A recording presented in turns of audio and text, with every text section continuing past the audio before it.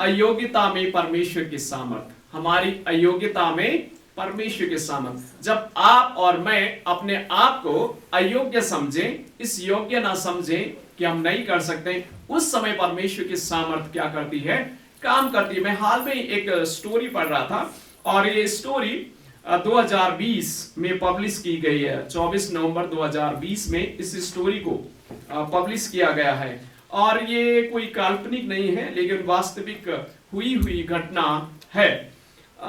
ये जो घटना है, एक आर्मी कैंप के अंदर एक घटना घटती है। एक आर्मी के सैनिक, और ये विश्वासी थे, प्रभु पर विश्वास करते थे और ये अपने मित्रों को इस बात की गवाही भी देते, परमेश्वर महान है, परमेश्वर सर्वशक्तिमान है। जहां हम अयोग्य हो जाएं, परमेश्वर जो है योग्य है, जो हमारे लिए बहुत कुछ कर सकता है। तो ये हमेशा कहता था, लेकिन उसके जो मित्र थे, उसके जो दोस्त थे, उसके जो आर्मी में और जो उसके सहकर्मी थे, उसकी मजाक बनाते थे, उसकी तौहीन करते थे और कहते थे, अरे परमेश्वर अगर है तो हम जैसे आर्मी के लोगों को क्यों जरूरत है। इस प्रकार से शायद उसकी मजाक बनाते थे, उसकी हंसी उड़ाते थे। लेकिन एक दिन की बात है, उनके जो कैप्टन थे, कैप्टन भी उसकी मजाक बनाना चाहते थे और कैप्टन ने उसे कहा, यहां आओ। और वो आता है और कैप्टन उसे कहता है, ये जीप आप देख रहे हैं, इसको उठा करके, इसको चला करके आपको उस जगह में पार्किंग करना है, पार्क करना है। तो ये मना किया। उसने कहा, मुझे सर माफी चाहता हूं, मैं चला नहीं पाता हूं, मैं नहीं चला पाऊंगा। लेकिन वो कहता है कि आपका परमेश्वर आपकी सहायता करेगा, क्योंकि आप तो कहते हैं आपका परमेश्वर क्या करता है, सब कुछ कर सकता है, महान काम कर सकता है, चमत्कार कर सकता है। तो अपने परमेश्वर से प्रार्थना करो, करके दिखाओ। तो ये व्यक्ति सर नीचा करते हुए, मन में उदास, कार के पास आता है, उस जीप के पास आता है और चाबी लेकर के थोड़ी देर आंख बंद करके प्रार्थना करता है, प्रभु आप ही मेरी सहायता करना, क्योंकि मुझे चलाना नहीं आता है। और उसने चाबी को ऑन किया और इस जगह से लेकर जहां कैप्टन ने कहा था वहां पार्क कर दिया। वहां पर पार करने के बाद वापस जब आ रहा था, उसने देखा कैप्टन भी रो रहा है, उसके जो और भी आर्मी के मित्र थे वो सब रो रहे थे। तो इसको समझ नहीं आया ये क्या हुआ, इन्होंने मुझे कहा था और अभी रो रहे हैं, तो ये क्या हुआ। तो वो यहां पर आया और कहा, आप लोग रो क्यों रहे, क्या हो गया ऐसा। तो कैप्टन ने कहा, उसके सहकर्मियों ने कहा, सचमुच आपका परमेश्वर महान परमेश्वर है। तो उसने कहा, ऐसे क्या बात हो गई। उस कैप्टन ने उसको उस कार के पास ले गया, उसका बोनट उठाया और दिखाया, उसमें इंजन नहीं था। क्या नहीं था, बिना इंजन की कार चल सकती है, लेकिन परमेश्वर ने आश्चर्य कर्म किया, बिना इंजन की जो है वहां पर उसने पार्क उसको कर दिया और उसे चलाना भी नहीं आता, चला करके भी लेके गया। लिखा है स्टोरी में कि ये लोग जो हैं परमेश्वर के आश्चर्य कर्म को देखते हुए परमेश्वर को क्या करते हैं, स्वीकार करते हैं। आज जो विषय हमारा है, हमारी अयोग्यता में परमेश्वर के सामर्थ्य। जब आप और मैं अपने आप को अयोग्य समझें कि हम नहीं कर सकते हैं, परमेश्वर करने की शक्ति रखता है। आमीन। परमेश्वर महान परमेश्वर है, परमेश्वर सर्वशक्तिमान परमेश्वर है, परमेश्वर सृष्टि करता है। जो आप आज जो बाइबल के भाग पढ़े गए उसमें इस प्रकार से लिखा हुआ है कि परमेश्वर सृष्टि करता है, परमेश्वर ने पूरे ब्रह्मांड को बनाया है, वो नाम ले ले करके तारों को, हर एक सृष्टि की हर एक चीजों को जानता है। वो परमेश्वर महान परमेश्वर है, वो परमेश्वर सर्वशक्तिमान परमेश्वर है। और आज जो पहली बात मैं आपको बताना चाहता हूं ये है, अपनी सामर्थ को फिर से नया करना, अपनी सामर्थ को फिर से नया करना। आप और मैं अपनी सामर्थ को फिर से नया करने के लिए आपको मुझे क्या करना पड़ेगा। आपके पास सेल फोन है, आप उसको रिचार्ज करते हैं ताकि फिर से आप उसको इस्तेमाल कर सकें। उसी प्रकार से आत्मिक रीति से अपने आप को आपको क्या करने की आवश्यकता है, अपने आप को फिर से सामर्थ से नया करने की आवश्यकता है। और ये आपको परमेश्वर ही नया सामर्थ्य आपको दे सकता है, कोई इंसान नहीं दे सकता है। परमेश्वर आपको नया सामर्थ्य दे सकता है। ये बात आज मैं आपको उत्साहित करना चाहता हूं। और यहां पर एक जो पक्षी है, उका पक्षी का उदाहरण दिया गया है। उकाब पक्षी के समान क्या करेंगे आप लोग, लिखा है उकाब पक्षी के समान हम क्या करेंगे, उड़ेंगे।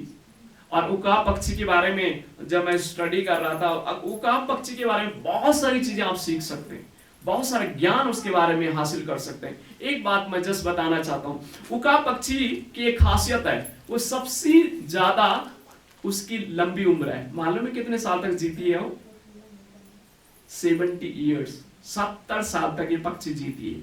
लेकिन जब ये पक्षी 40 साल में पहुंचती है, या 35 से 40 साल के बीच में इसकी जब उम्र हो जाती है, उसके जो पंख होते हैं ना, ये पंख भारी होने लग जाते हैं, और इसके पैरों की जो शक्ति वो कमजोर होने लग जाती है, उसकी जो चोंच है वो शिकार करने में कमजोर पड़ जाती है। अब इसके बाद दो चुनाव होते हैं, एक या तो ये मर जाए, या तो ये चैलेंज का क्या करें, सामना करें, फिर से अपने आप को पुनः उस ताकत को पाने के लिए, शरीर में फिर से वो ऊर्जा पाने के लिए, मालूम है ये क्या करती है, ये जाकर के पहाड़ में ऊपर चली जाती है।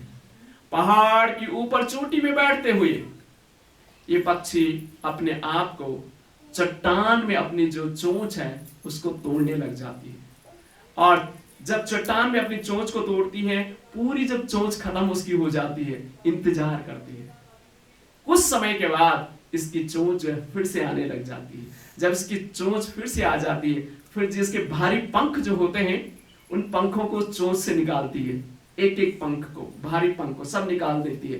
फिर इंतजार करती है, फिर से उसके पंख फिर से नए आ जाते हैं, और फिर उकाब पक्षी और ऊंचाई में उड़ती है, और मालूम है 30 से 40 साल और जीती है, और ये जो है पक्षी 70 साल तक जीती है।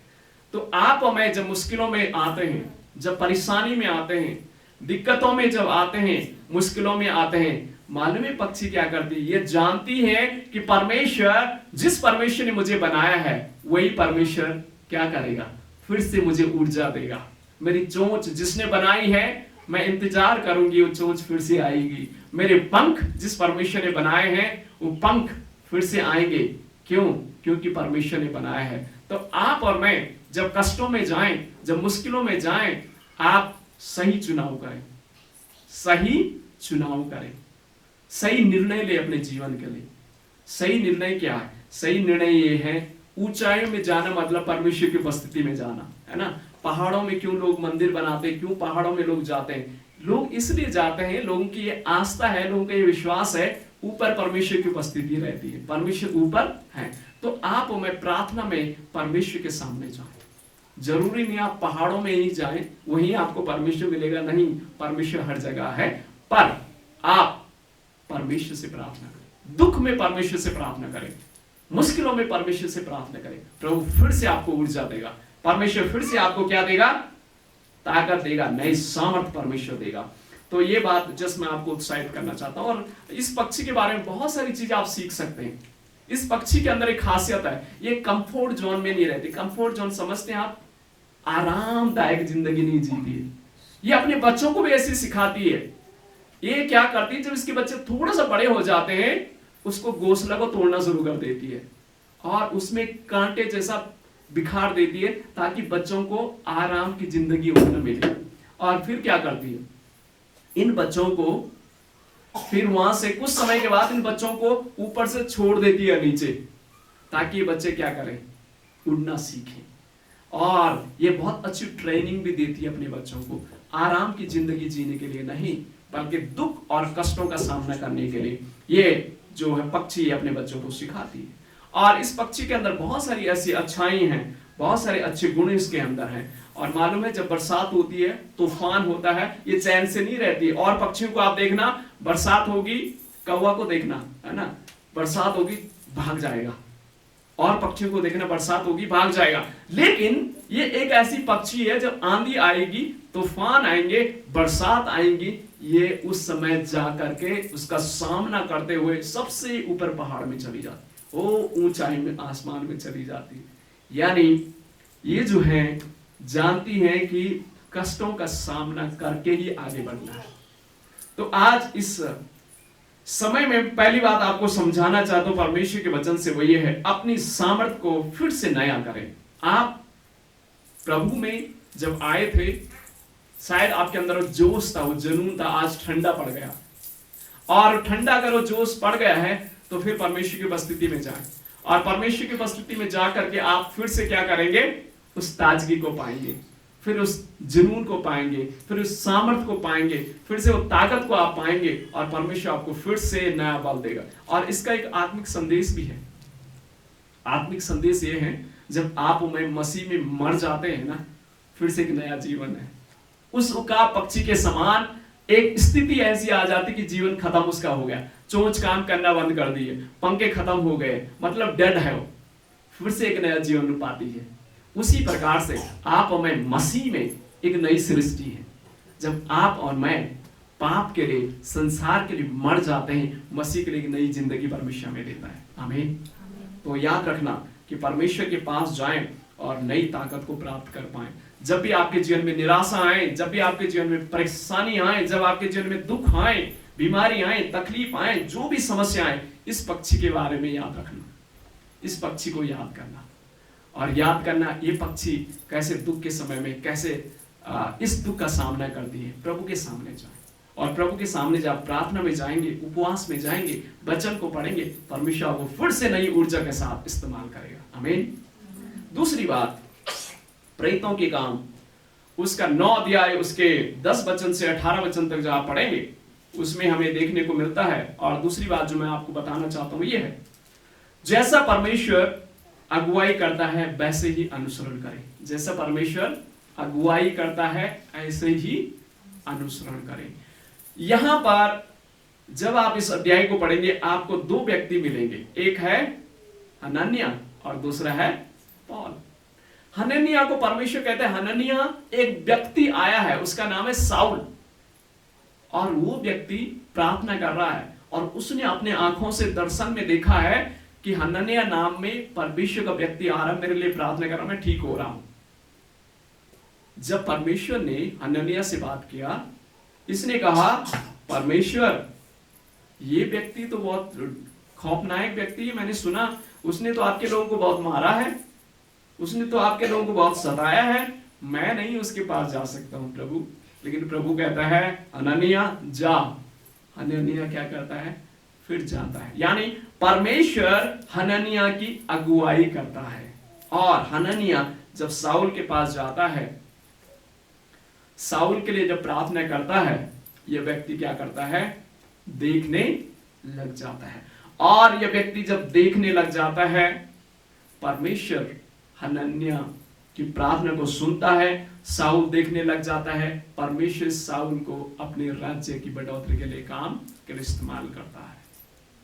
यानी यह जा रहा था कि प्रभु के लोगों को सताएं, प्रभु के लोगों को परेशान करें, प्रभु के लोगों को मारे, उन्हें सताएं, उन्हें परेशान करें, लेकिन मालूम है ये खुद परमेश्वर के राज्य के लिए दुख उठाने के लिए क्या होता है, तैयार होता है। जैसा परमेश्वर अगुवाई करता है वैसे ही अनुसरण करें। यानी परमेश्वर ने हनन्याह को अगुवाई किया पौलुस के पास जाने के लिए या साउल के पास जाने के लिए, और साउल को परमेश्वर फिर इस्तेमाल करता है, अगुवाई करता है कि उसके काम के लिए वो जाए, उसका अनुसरण करें। तो मेरे भाई और बहनों, परमेश्वर आपसे, मुझसे कई बार ऐसी बातें करेगा जो आपको लगता है कि परमेश्वर ये तो हो नहीं सकता है। जैसे हनन्याह को परमेश्वर ने कहा, साउल के पास जा, यानी अपने दुश्मन के पास जा। परमेश्वर इसको कहां भेज रहा है, दुश्मन के पास जो मारने के लिए आ रहा है, परमेश्वर उसके पास भेज रहा है। कई बार शायद परमेश्वर आपको ऐसा भेजे, ऐसे आपके मन में अगुवाई हो, या परमेश्वर आपको कहे नहीं आपको वहां जाना है, लेकिन आप कहेंगे नहीं परमेश्वर वहां नहीं मैं जा सकता हूं, क्योंकि वहां तो पिटाई हो जाएगी, वहां से मुझे कुछ नहीं मिलेगा, है ना। हो सकता है आपके घर में जरूरत है, आपको पैसों की जरूरत है, लेकिन आपको मालूम है वो कभी आपको देता ही नहीं है, लेकिन परमेश्वर कह रहा नहीं जाओ उसके पास तो जाओ, लेकिन आप कह रहे नहीं प्रभु मैं नहीं जाऊंगा उसके पास, वो कभी नहीं देता है, अभी तक तो उसने दिया नहीं, आज क्या देगा। कई बार हम अपने दिमाग को इस्तेमाल करते हैं, है ना, लेकिन कई बार परमेश्वर की आवाज को ध्यान से सुने और उसका पालन करें। जब आप उसका अनुसरण करेंगे आशीष मिलेगी, ये जो दुश्मन था, ये जो मारने वाला था, ये व्यक्ति बदल गया, परमेश्वर ने बदला उसे। आमीन। परमेश्वर कब किसको बदले आप और मैं नहीं जानते, है ना, क्योंकि हमारे जीवन की रिमोट किसके पास है? किसके पास है? परमेश्वर के पास है ना। फादर सुनील आज यहाँ खड़ा है, कल कहाँ जाएगा सब उसके हाथ में। हर एक की, हमारे जीवन की पतवार किसके हाथ में? परमेश्वर के हाथ में। किस दिशा में जाएंगे उसके हाथ में। तो क्यों ना हम आप और मैं परमेश्वर की अगुवाई के लिए तैयार रहें। परमेश्वर आपको जहां भी भेजे, जिस काम के लिए भेजे, तैयार रहें। जब आप तैयार रहेंगे आप आश्चर्यकर्म परमेश्वर को देखेंगे। और इसका हनन्याह ने समझ गया कि परमेश्वर महान परमेश्वर, कैसे परमेश्वर बदल सकता है। शायद हनन्याह की प्रार्थना से ऐसे बड़े चमत्कार पहले नहीं हुए होंगे। हनन्याह ने प्रार्थना की, एक अंधा व्यक्ति, उसकी आंखें क्या हो जाती है? खुल जाती है। परमेश्वर आपके द्वारा कैसे आश्चर्य कर्म करेगा शायद आपको भी मालूम नहीं। आप एक साधारण व्यक्ति हो सकते हैं, साधारण सी महिला हो सकती है, साधारण से बच्चे हो सकते हैं, लेकिन जब प्रभु के नाम से आप कुछ करते हैं तो अद्भुत चमत्कार होता है। आमीन। परमेश्वर अद्भुत चमत्कार करता है। तो दूसरी बात मैं आपको बताना चाहता हूं कि जैसा परमेश्वर आपकी अगुवाई करें वैसे ही अनुसरण करें। कई बार आप अपने मस्तिष्क का इस्तेमाल करना चाहते हैं, लेकिन कई बार परमेश्वर शायद आपको कहेगा नहीं, जो मैं कह रहा हूं वो करो। जब आप ऐसा करेंगे परमेश्वर चमत्कार करेगा, परमेश्वर आश्चर्य कर्म करेगा। ओके, आगे मैं बढ़ने जा रहा हूं। जब आप कुरिन्थियों उसका दूसरा कुरिन्थियों उसका 5 अध्याय उसके 14 वचन से लेकर 20 वचन तक पढ़ेंगे, वहां पर हमें सीखने को मिलता है। और उसमें एक बात जो लिखी हुई है, जो मैं तीसरी बात आपके सामने रखना चाहता हूं, ये है हम मसीह के राजदूत हैं। हम मसीह के मालूम है राजदूत का काम क्या होता है? राजदूत का सिंपल सा काम ये होता है कि वो जो है रिप्रेजेंट करता है अपने देश को, है ना, बिचवाई का काम करता है, बीच का काम करता है। तो आप और मैं परमेश्वर के राजदूत हैं। परमेश्वर कह रहा है कि मेरे राज्य के लिए आपको नियुक्त किया गया है, ताकि लोगों से आप बातचीत करो, लोगों के लिए आप क्या करो? रास्ता बनाओ, दूसरों की मदद करो, दूसरों के लिए, परमेश्वर के राज्य के लिए रास्ता बनाओ। तो आप और मैं परमेश्वर के राजदूत हैं। परमेश्वर ने हमें चुना है कि हम परमेश्वर के राज्य के लिए लोगों से बातचीत करें, लोगों की अगुवाई करें, लोगों को परमेश्वर के रास्ते के बारे में बताएं और लोगों के लिए परमेश्वर के बातों के लिए मानने के लिए मदद और सहायता करें। और इसमें जब आप कुरिन्थियों की पत्री पढ़ेंगे तो इसमें पौलुस कहता है कि मसीह यीशु में हम क्या है? एक नई सृष्टि। नई सृष्टि का मतलब क्या होता है? नई सृष्टि का मतलब सिंपल सा है, एक पुरानी सृष्टि है और उसके बाद एक दूसरी सृष्टि, वो नई सृष्टि है ना।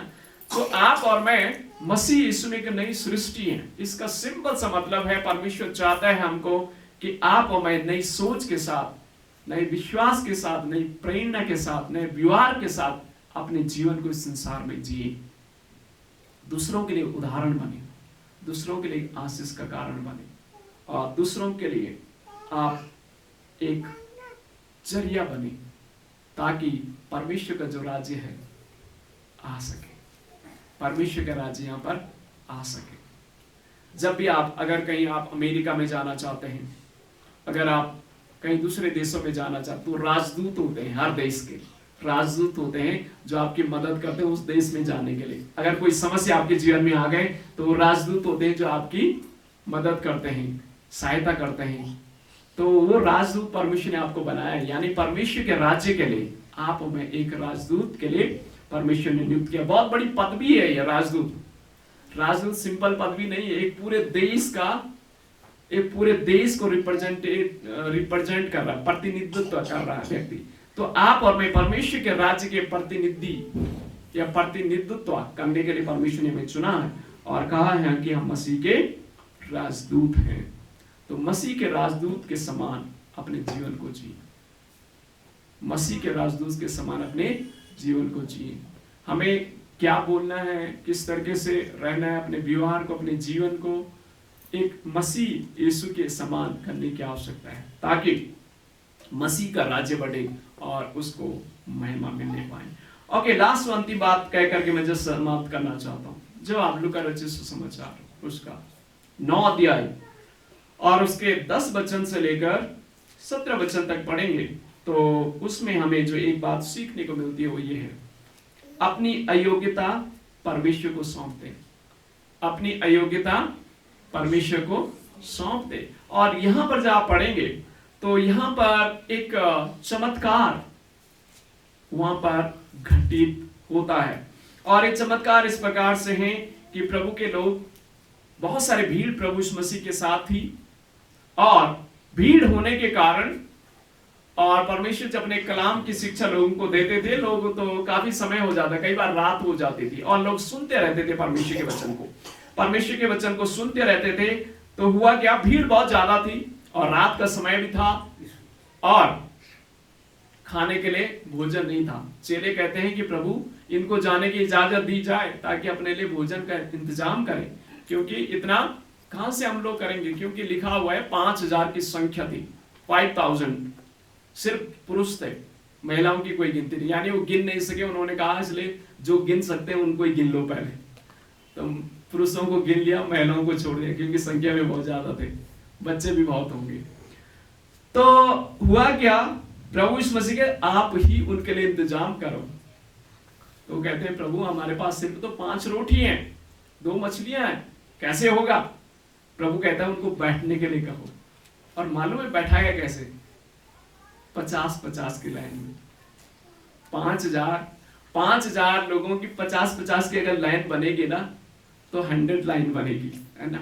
परमेश्वर उन्हें इस प्रकार से उन्हें समझाने चाह रहे थे, वो सिखाने जा रहे थे कि आपकी अयोग्यता अगर आप मुझे सौंपोगे, मैं 100% योग्य हूं चमत्कार करने के लिए, 100% चमत्कार करने के योग्य हूं। जब परमेश्वर यीशु मसीह के हाथ में 5 रोटी 2 मछली दी जाती है, लिखा है 5000 लोगों ने पेट भर करके खाया। और मालूम है बची कितनी टोकरियां, 12 टोकरियां। 12 टोकरियां मालूम है क्यों बची, इसलिए कि उन 12 लोगों को परमेश्वर की सबक भी सिखाना चाहते थे, एक शिक्षा भी देना चाहते थे कि आप लोग कह रहे थे ना कि कहां से होगा, तो देखो अपने संदेह को दूर करो और विश्वासी बनो। कई बार आप और मैं सोचते हैं तो थोड़ा है, कैसे हो सकता है। आपकी थोड़ा में अगर परमेश्वर को आप सौंप देंगे, चमत्कार होंगे। आपकी घटी में परमेश्वर चमत्कार करने की शक्ति रखता है। तो अपने आप को, अपनी अयोग्यता को परमेश्वर के हाथों में सौंप दे। जब आप परमेश्वर के हाथों में सौंपेंगे, परमेश्वर चमत्कार करेगा, परमेश्वर अद्भुत काम वहां पर करेगा। 5000 लोगों ने, 5000 तो पुरुष ही थे, महिलाओं ने कितना खाया होगा मुझे मालूम नहीं, है ना, बेचारी भूखी होंगी। बच्चों ने कितने बर्बाद किया होगा मालूम नहीं, आदमियों ने कितना खाया होगा मालूम नहीं, क्योंकि उस समय में लोग बहुत मेहनत करते थे, बहुत काम करते थे, बहुत खाया होगा, पेट भर भर के खाया होगा लोगों ने, क्योंकि कितने समय से वहां पर बैठे हुए थे मालूम नहीं। लोग मेहनती थे उस समय, 5-10 रोटी तो खाते थे लोग, है ना। आज के समय में तो लोगों की लिमिटेशन कम हो गई खाने के लिए। उस समय लोग मेहनत करते थे, पैदल चलते थे, मेहनत का काम करते थे, उनका शरीर भी बड़ा हष्ट पुष्ट थे। अगर आप यहूदी लोगों को देखेंगे तो उनकी हाइट में उनके साइज बहुत ह्यूज होते हैं वो लोग, तो उनका खाने का डाइट भी उसी प्रकार से थी। तो देखो परमेश्वर कितना महान अद्भुत चमत्कार किया है। तो मैं यही उत्साहित आपको करने जा रहा हूं कि जब आप हमें अपनी अयोग्यता को परमेश्वर को सौंप देते हैं, परमेश्वर चमत्कार करता है। उन 5 रोटी 2 मछलियों से 5000 लोगों ने खाया, 12 टोकरी बच गई। आपकी घटी में से परमेश्वर आशीष देना चाहेगा अगर आप प्रभु को सौंपेंगे, तब जाकर के आशीष मिलेगी। तो मैंने आपको आज 4 बातें बताई। आज का हमारा विषय था हमारी अयोग्यता में परमेश्वर के सामर्थ्य। मैंने आपको एक स्टोरी बताई उस आर्मी के सैनिक की, जिसे न कार चलाना आता था, न उस कार के अंदर इंजन था, विश्वास के द्वारा उसने किया और परमेश्वर ने चमत्कार किया। जब आप और मैं अपनी अयोग्यता को परमेश्वर को सौंप देते, प्रभु चमत्कार करता है। मैंने पहली बात आपको बताई, अपनी सामर्थ को फिर से नया करना। उका पक्षी का उदाहरण आपको दिया, उका पक्षी के समान जब आपके जीवन में दुख आ जाए, कष्ट आ जाए, प्रभु की उपस्थिति में जाएं, फिर से आपको ताजगी परमेश्वर देगा। जैसे परमेश्वर अगुवाई करता है वैसे ही अनुसरण करें। दूसरी बात मैंने आपको बताई, जैसे हनन्याह ने परमेश्वर की बात को माना, साउल के लिए प्रार्थना किया, साउल का जीवन ही बदल गया। और तीसरी बात मैंने बताई, हम परमेश्वर के राजदूत हैं। प्रभु ने आपको मुझे एक राजदूत का पद दिया है, यानी आप और मैं मसीह की गवाही दें, मसीह के लिए काम करें, मसीह के मध्यस्थता का काम करें। इसलिए मसीह ने आपको मुझे एक राजदूत बनाया, और मसीह इसमें आप नई सृष्टि है, उसके बच्चे हैं आप, उस परमेश्वर के बेटे हैं, उस परमेश्वर की बेटियां हैं आप। तो आप और मैं उसके राजदूत हैं, उसका प्रतिनिधित्व करें। मैंने चौथी बात आपको कहा कि अपनी अयोग्यता परमेश्वर को सौंप दे। इनकी अयोग्यता यही थी, 5 जालों को नहीं खिला पा रहे थे, लेकिन उन्होंने 5 रोटी प्रभु को दी और प्रभु ने चमत्कार किया। जब आप कुछ ना कर सके, जब आपकी शक्ति, आपकी बुद्धि, आपकी फैमिली बैकग्राउंड, आपका सब कुछ समाप्त हो जाए, जब आपको ऐसा लगे कि अब कुछ नहीं हो सकता है, प्रभु को सौंपे, प्रभु अद्भुत काम वहां पर करेंगे। तो मैं एप्लीकेशन के रूप में आपको असाइनमेंट के रूप में, या एक आप क्या कर रहे हैं, आप मैं जस्ट बताना चाहता हूं कि पहली बात आप करें कि परमेश्वर के पास लौटें। जिस तरीके से आपके पास सेल फोन है, आप उसे रिचार्ज करते हैं, उसी प्रकार आप अपने आप को परमेश्वर की उपस्थिति, प्रार्थना में, वचन में, उपवास में, प्रभु की संगति में अपने आप को ताजगी के लिए नया करें। और दूसरी बात, परमेश्वर के गवाह बने, उसके प्रतिनिधित्व करें, उसके गवाह बने अपने कार्यों के द्वारा, शब्दों के द्वारा, और प्रभु यीशु मसीह की प्रेरितों के समान। दुख आ जाए, मुश्किलें आ जाए, लेकिन उसकी गवाही देना कभी उन्होंने छोड़ा नहीं। तो परमेश्वर के गवाह बने, जहां भी आपको मौका मिले परमेश्वर का गवाह बने। मैं बहुत प्रभावित हुआ कल जब बेटी अमन को मैं सुन रहा था, वो उसका प्रोफेशन कुछ और है, लेकिन जहां भी उसे अपॉर्चुनिटी मिलती है प्रभु की गवाही देती है कि प्रभु ने कैसे उसके जीवन में काम किया। तो गवाह बने, जो प्रभु ने आपके जीवन में काम किया उसे दूसरों को बताएं। प्रभु आपको आशीष दे संदेश के द्वारा। आइए अपने स्थानों में खड़े हो जाएं। सुने हुए वचन के आधार पर अपने आप को परमेश्वर के सामने सौंपें। प्रभु से कहें, प्रभु अपनी सामर्थ्य से प्रभु हमें भर दे। हम अयोग्य हैं परमेश्वर, लेकिन आप योग्य हैं। हम धन्यवाद करते हैं प्रभु, इस संदेश के द्वारा 100 गुनी आशीष दे अपने प्रिय बच्चों को परमेश्वर।